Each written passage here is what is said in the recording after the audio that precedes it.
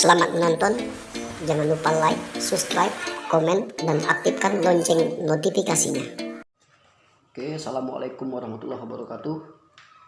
Selamat siang ya.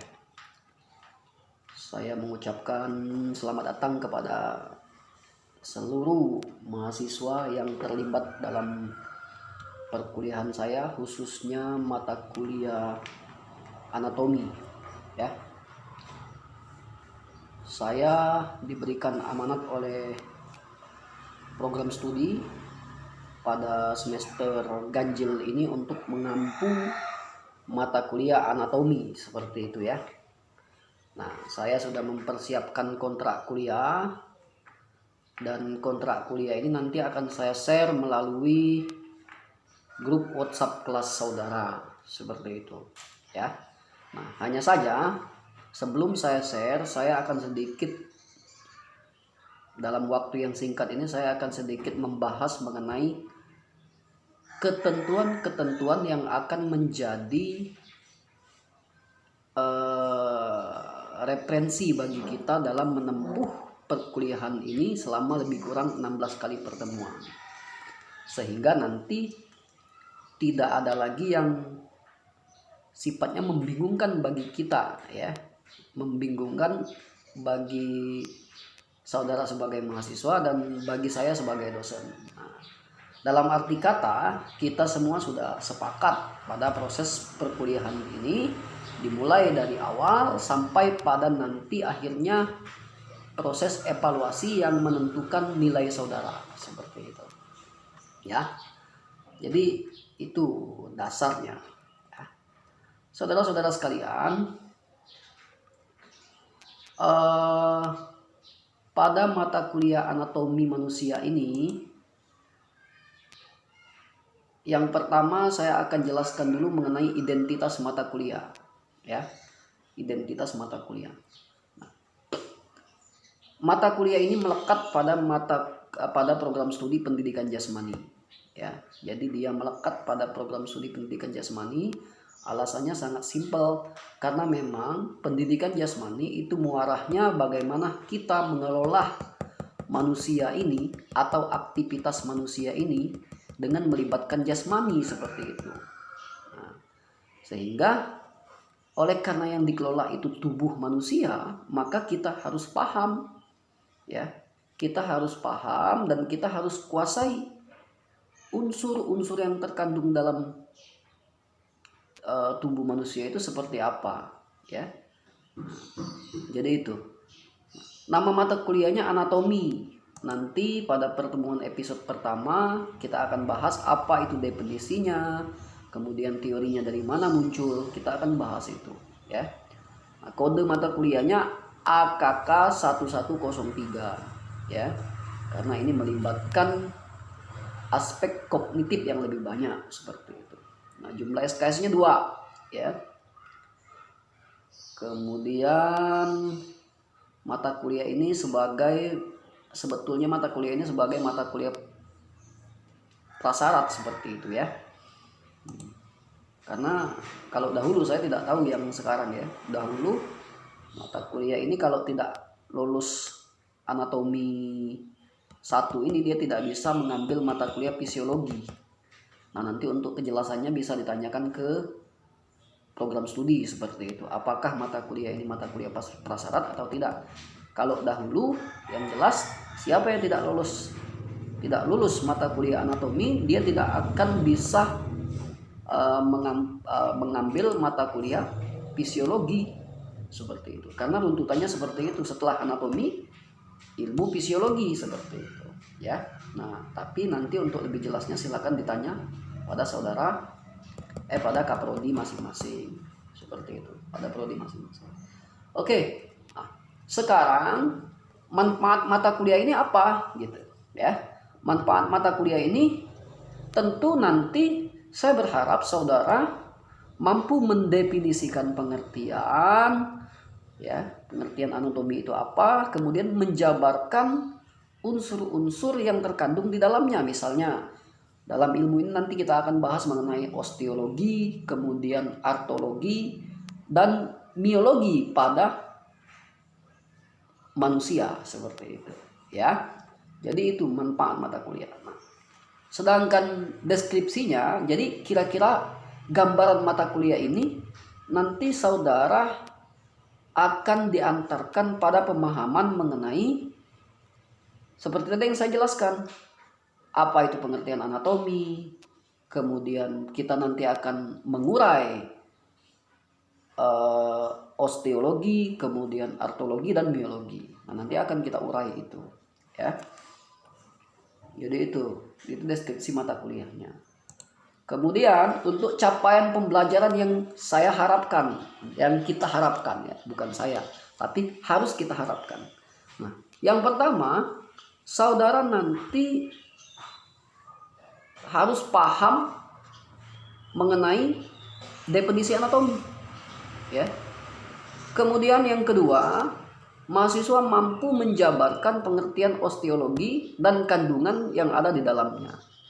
Kemudian capaian pembelajaran yang ketiga, mahasiswa mampu menjabarkan pengertian artologi dan kandungan yang ada di dalamnya, ya. Dan yang keempat, mahasiswa mampu menjabarkan pengertian miologi dan seluruh kandungan yang ada di dalamnya. Jadi ada 4 capaian pembelajaran yang kita harapkan selama 16 kali pertemuan ini harus kita kupas tuntas seluruhnya, ya. Nah, jadi harapan saya dari proses pembelajaran ini, saudara paling tidak memenuhi semua aspek yang menjadi capaian pembelajaran, ya. Jadi itu. Untuk referensi, ya, untuk referensi saudara bisa gunakan buku nih Dr. Sukirno, ya. Nih Dr. Sukirno, ya. Ilmu Anatomi Manusia. Ini buku paling simpel ini. Beliau ini merupakan aktivis olahraga yang dulunya dosen kita juga di Universitas PGRI Palembang, kemudian di Universitas Sriwijaya seperti itu, ya. Ini bisa kalian pakai. Ini yang terbitan 2011. Untuk edisi terbaru 2016 juga ada itu kalau saya tidak salah. Jadi bisa dicari ya seperti itu. Nah, kemudian untuk karangan internasionalnya kalian bisa pakai bukunya Basmajian seperti itu, ya. Grand Method of Anatomy, ya. Ini tapi di Gramedia atau buku-buku toko-toko buku modern sepertinya sudah tidak ada lagi. Anda bisa cari di toko-toko buku kuno seperti itu, karena ini terbitan tahun 1980. Tetapi ini walaupun tahunnya tahun lama, bisa digunakan sebagai dasar seperti itu, ya. Karena ini komplit sekali, ya. Komplit sekali. Tebalnya hampir 500 halaman, ya. Itu untuk referensi. Nah, selanjutnya penilaian. Nah, ini yang penting, ya. Karena banyak sekali setelah proses perkuliahan selesai, mahasiswa protes, ya. Protes, Pak, kenapa nilai saya kok C? Kenapa nilai saya D? Kenapa nilai saya E? Atau bahkan yang ekstrim, Pak, kenapa nilai saya B sementara teman saya A? Mereka menganggap bahwa nilai B itu adalah kegagalan. Nah, ini saya perlu jelaskan kepada saudara. Jadi ilmu anatomi ini ilmu yang cukup berat dibandingkan dengan mata kuliah pokok lainnya seperti itu. Kenapa saya katakan berat? Karena nanti kita akan melibatkan banyak unsur. Ya, anatomi ini jadi mulai dari ujung rambut ini sampai ke ujung kaki harus kita bahas seperti itu. Dan itu dilengkapi dengan istilah-istilah kedokteran, ya. Maka ya cukup berat, saya katakan demikian. Sehingga harus akuntabel saya menjelaskan kepada saudara mengenai penilaian seperti itu, ya. Harus memang benar-benar transparan. Saya tidak mau nanti ada protes setelah proses perkuliahan selesai, padahal saudara sendiri yang tidak mengindahkan seluruh perintah saya seperti itu. Nah, apa yang menjadi unsur penilaian bagi saya? Yang pertama mengenai absensi kehadiran. Poin ini sangat penting. Saya tidak bisa mentolerir setiap kegiatan saudara yang yang saudara tidak bisa lakukan. Contohnya tadi absensi kehadiran. Jadi saudara, setiap pertemuan saya wajib hadir. Karena masing-masing kehadiran itu nanti akan ada poin, ya. Selanjutnya aktivitas harian. Aktivitas harian itu yang pertama keaktifan saudara. Kemudian cara saudara nanti berdiskusi, ya, memberikan komentar dan lain sebagainya. Itu merupakan aktivitas saudara.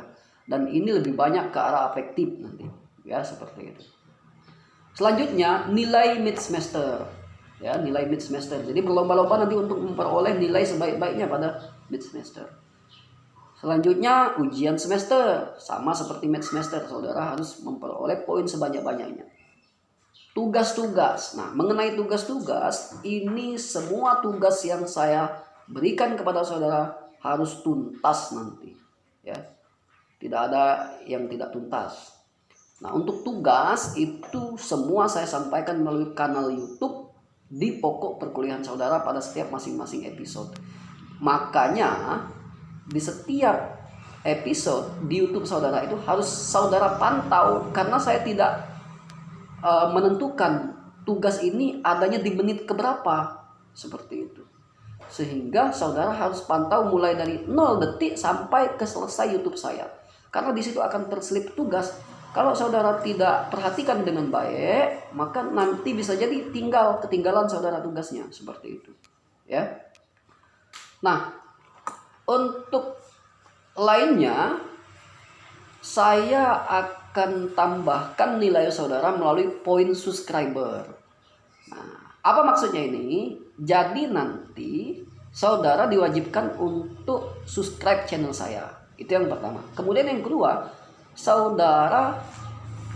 jika saudara mampu menambahkan 1 subscriber pada setiap 1 episode perkuliahan kita, nanti itu akan ada poin, ya. Akan ada poin tambahan dalam proses perkuliahan kita. Dan ini menunjang seluruh nilai-nilai yang tadi saya sebutkan satu persatu dari atas, ya. Ini akan terakumulasi seperti itu. Maka semakin banyak subscriber yang saudara tambahkan, akan semakin besar poin bonus saudara. Nah, ingat, jangan hanya subscriber, like, kemudian komen, dan aktifkan lonceng notifikasinya, ya, seperti itu, ya. Jadi ini akan menjadi poin bonus bagi saudara. Jadi itu untuk mengenai penilaian, ya. Nah, selanjutnya ketentuan lainnya mengenai aturan perkuliahan. Yang pertama, materi perkuliahan itu bisa dilihat melalui kanal YouTube. Jadi setiap materi yang saya sampaikan mulai dari episode pertama, ya, setelah kontrak kuliah ini akan ada episode pertama sampai pada episode ke-14 dipotong 2 kali, 1 mid semester dan 1 ujian semester. Itu bisa saudara lihat pada kanal YouTube Kumbara Sport Animal and Literature, seperti itu, ya. Jadi bisa saudara lihat di situ. Kemudian materi pada kanal YouTube tonton pada sesuai pokok kuliahnya atau setiap episodenya. Jadi beraturan seperti itu. Misal hari ini sesuai jadwal kita tonton episode pertama, minggu depan episode kedua, seperti itu, sampai pada selesai episode terakhir, seperti itu, ya. Jadi jangan motong jalur, karena kalau saudara motong jalur nanti akan repot. Saudara tidak memahami konsep dasar episode pertama, tiba-tiba sudah baca episode selanjutnya. Nah, itu akan sulit, seperti itu, menerjemahkan kehendak mata kuliah kita, ya. Tugas dan tanggung jawab seperti tadi yang saya sampaikan itu dapat dilihat pada setiap episode yang saya bawakan. Nah, absensi. Untuk absensi itu saudara lakukan dengan 2 mekanisme atau 2 cara. Yang pertama, absensi melalui e-learning. Jadi pada setiap episode nanti saya akan buka e-learningnya, saudara absen di situ. ya. Itu absensi wajib yang pertama. Kemudian saudara absen juga melalui kolom komentar pada setiap episode pertemuan kita. Ya, formatnya nanti silakan baca pada kontrak kuliah yang saya akan kirim ke saudara seperti itu. Ya. Untuk pertemuan hari ini saya pikir cukup ya. Saya pikir cukup dulu ya sebagai pengantar kontrak perkuliahan kita. Jika ada hal-hal yang kurang jelas, saudara bisa tanyakan langsung melalui WA saya seperti itu atau melalui grup kelasnya ya. Jika ada hal-hal yang masih mengganjal di pikiran saudara ya. Minggu depan kita sudah mulai merencanakan perkuliahan dengan matang. Kita sudah mulai masuk ke episode pertama. Sebelum kita masuk episode pertama minggu depan, saya akan kasih gambaran mengenai perkuliahan minggu depan, di mana kita akan membahas mengenai pengertian dan definisi daripada anatomi itu apa, seperti itu. Kita akan kupas tuntas itu minggu depan ya. Nah, untuk hari ini mungkin terima kasih yang terima kasih atas segala perhatiannya. Jangan lupa subscribe agar kita terus dapat berkembang ya. Kemudian like, komen, dan aktifkan lonceng notifikasinya. Terima kasih sekali lagi. Saya akhiri. Wassalamualaikum warahmatullahi wabarakatuh.